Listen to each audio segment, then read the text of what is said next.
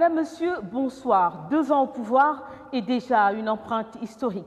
Bassirou Diomaye Diakhar Faye, élu en mars 2024, dès le premier tour avec un score de 54%, incarne une génération qui veut changer le Sénégal en profondeur.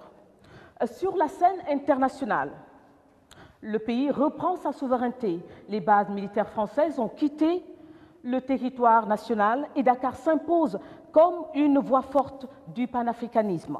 Économiquement, une révolution est en marche. Le pétrole de Sangomar coule enfin, le gaz de Grande Tortue Arméim monte et la croissance bondit à 6,9% en 2024. Côté social, les prix baissent. Des postes de santé ouvrent et les ambulances roulent. En 2 ans, le président Bassirou Diomaye Faye a posé les fondements. Vous allez le voir. Et à partir de ce soir et pendant 9 jours, la rédaction du journal télévisé vous donne rendez-vous quotidiennement tous les soirs pour tourner les différents volets de la gouvernance du président Bassirou Diomaye Diakhar Faye. Et aujourd'hui, nous ouvrons par le volet économie.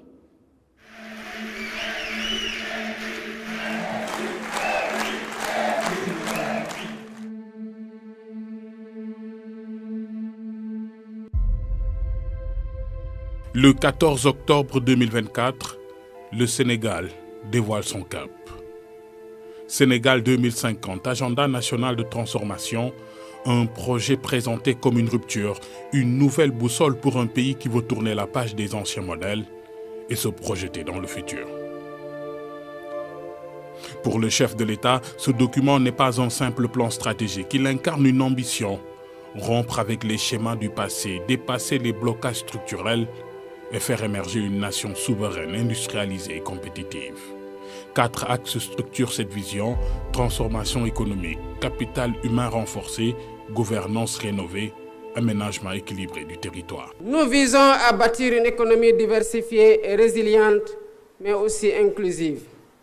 Cela passe par la valorisation de nos ressources naturelles, qu'elles soient agricoles, minières, pétrolières ou gazières, à travers une industrialisation ambitieuse. Nous intégrerons nos matières premières dans les chaînes de valeur mondiales et nous transformerons nos richesses sur place, en particulier grâce aux technologies numériques et à l'intelligence artificielle. Un cap ambitieux, mais très vite, le vent de la réalité souffle fort.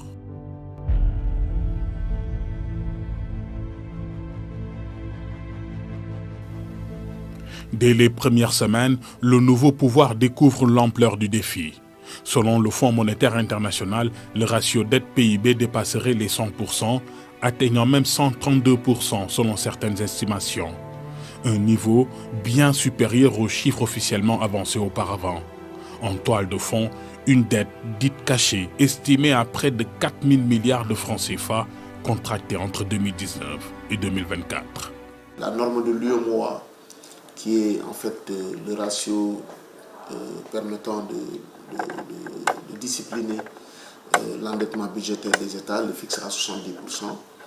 Mais si on dépasse 100%, on peut dire que nous sommes en situation de surendettement. Et donc ça convoque de moultes débats et ça appelle de la part des autorités des actions ou des mesures correctives pour pouvoir contenir la dette. Il y a aussi d'autres ratios ou d'autres indicateurs comme les ratios de liquidité, c'est-à-dire ce que représente le service de la dette par rapport aux exportations et ce que représente le service de la dette par rapport aux recettes budgétaires. Conséquence immédiate, des marges budgétaires étouffées, un service de la dette qui devrait dépasser 5 400 milliards de francs CFA en 2025. Autrement dit, avant même d'investir, l'État doit rembourser. La rupture promise se heurte à une contrainte implacable, la réalité des chiffres. Il faut restructurer de manière globale l'économie parce qu'en économie, toutes les variables se tiennent. Il faut réduire les dépenses de fonctionnement, les dépenses de prestige. Il faut également réorganiser les services de l'État pour faire des économies sur ça.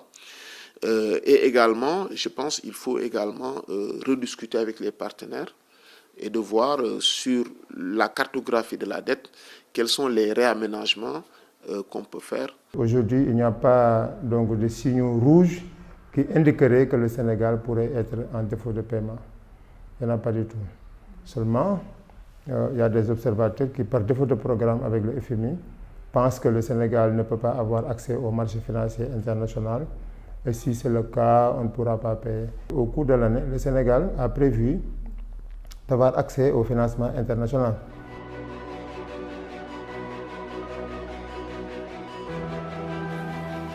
Pour financer les infrastructures et maintenir l'investissement public, l'État se tourne vers les marchés.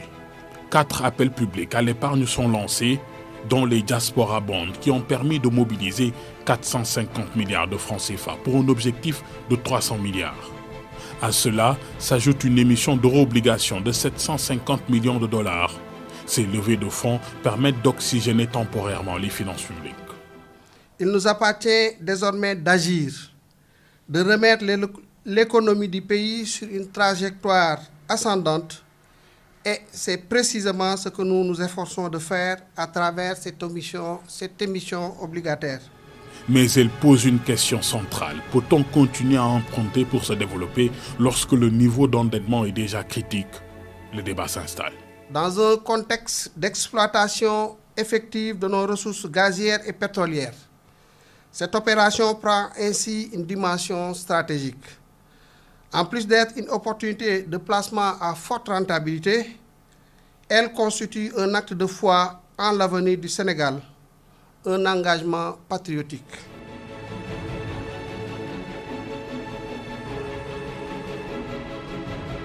Dans cette équation, un facteur change la donne, le pétrole et le gaz. L'exploitation des ressources énergétiques ouvre des perspectives nouvelles, recettes fiscales, devises, amélioration de la balance commerciale.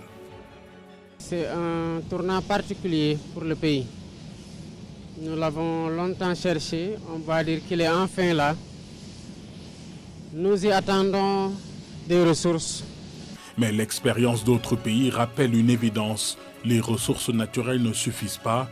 Tout dépend de la gouvernance, de la transparence et de l'utilisation stratégique des revenus.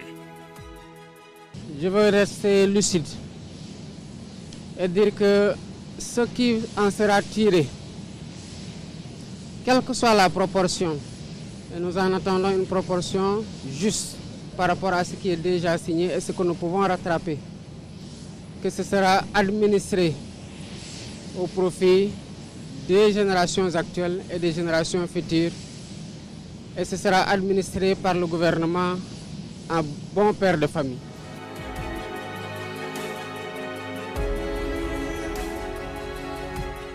« 1er août 2025, devant le président de la République, le Premier ministre Ousmane Sonko présente le plan de redressement économique et social. Pendant plus d'une heure, diagnostics et feuilles de route sont exposés. 90% des ressources sont attendues de la mobilisation de ressources endogènes sans endettement. Nous ne solliciterons les partenaires extérieurs que pour la partie du recyclage des actifs, mais tout en conservant la propriété de ces actifs, ou lors des appels publics à l'épargne sur le marché intérieur, où des résidents de la zone pourraient éventuellement contribuer. Nous sommes donc en train de faire ce qu'il nous revient de faire, un gouvernement responsable, soucieux des difficultés qu'endure le peuple sénégalais et ayant à cœur d'y apporter les solutions les plus immédiates.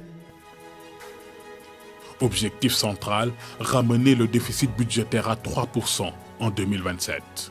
3 priorités sont annoncées: réduire la taille de l'État, mobiliser les ressources endogènes, financer le développement sans recourir excessivement à la dette, un changement de ton, moins de promesses, plus de discipline. Un pas important a été réalisé dès cette année, puisqu'aujourd'hui, on est à moins 8% de déficit dans la loi de finances rectificative. Et donc, la moitié du chemin a été parcouru déjà. À l'ensemble du peuple sénégalais, que ce que nous envisageons de faire ne se fera pas sans vous. Il se fera pour vous. Il se fera avec vous.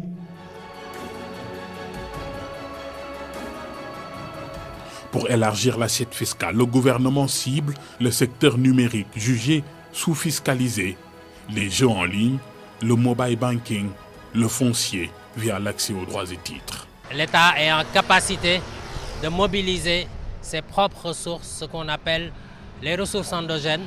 Pour avoir un développement endogène, il faut bien des ressources internes et c'est ça qui assure même la souveraineté. L'objectif est clairement affiché, faire contribuer les secteurs en expansion. Mais le défi est délicat.